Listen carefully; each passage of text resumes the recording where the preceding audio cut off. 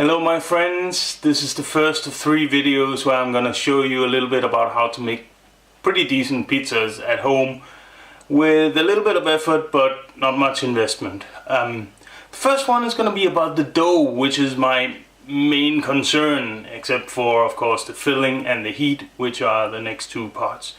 So let's have a look at the dough. We have the ingredients. Note them down if you need them, but you'll see me adding them as we go along.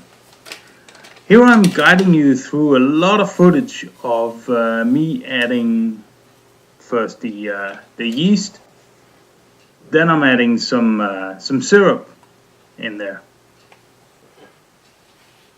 and some lukewarm water.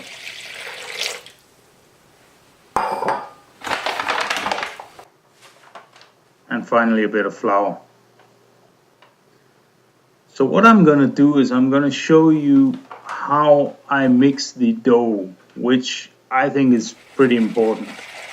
So first here, I'm just really letting that flour soak in the water, just to get it all started, get the yeast started, everything. Then I add some more flour now. And I add the salt. Don't forget the salt. And I've changed the whisk to a spoon.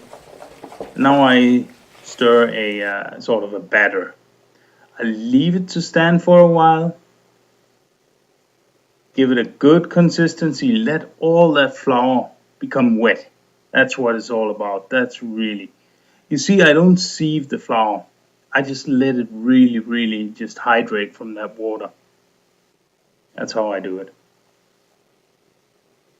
And I add the flour little by little because you don't want to add too much flour because it's really difficult to actually splash water into it and make it more wet again. You can always make it more dry and add more flour. It's a lot easier.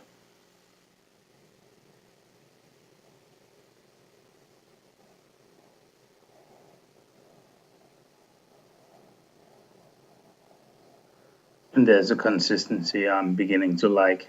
I add more flour.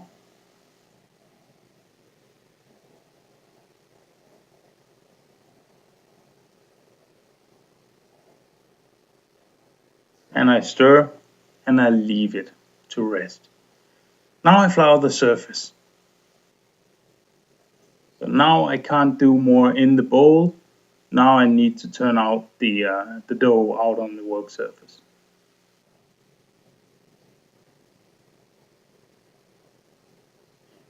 You'll see the dough is still way too wet, very sticky dough.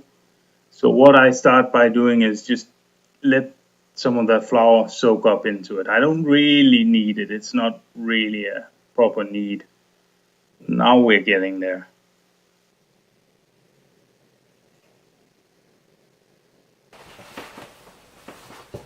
Now I need the flour.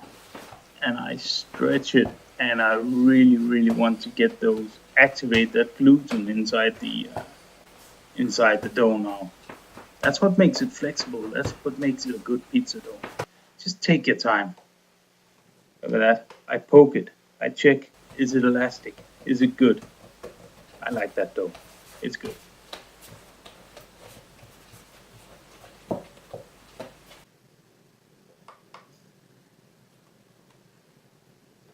Now I weigh the dough. I do that for 2 reasons. One, to check how many pizzas I can make, and the much more geeky reason. Check this out.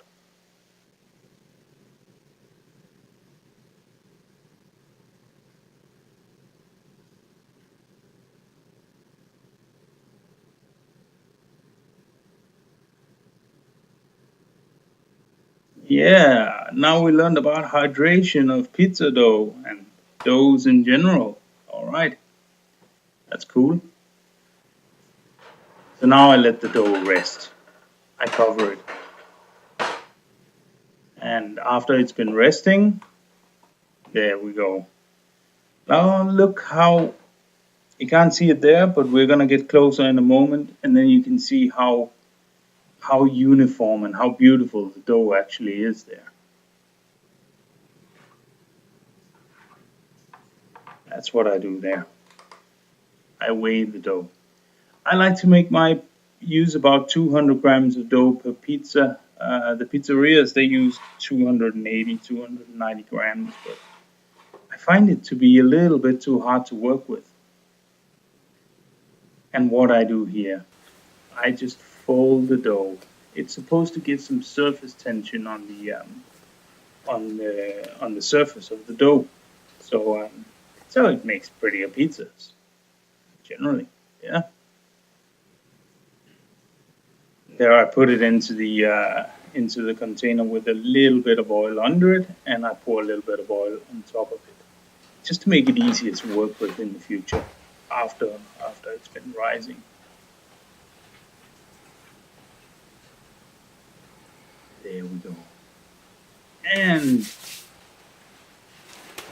I cover it, and then I leave it to rise overnight in the fridge or in a warm place if you're in a hurry.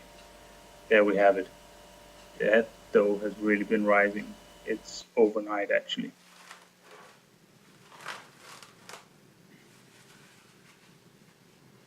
And towards the end, you can see me working with the dough.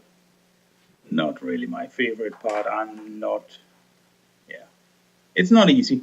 You need to practice. There we go. Look at that. That's what it's like making pizzas at home. It's rustic. Oh yeah.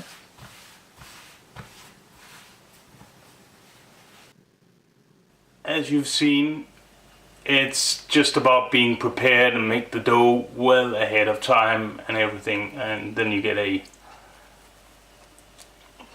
relatively good pizza dough, pretty good crust. And in case someone says you gotta use Italian 00, this is just made with regular wheat flour. Hope this video helped you. Thanks for watching.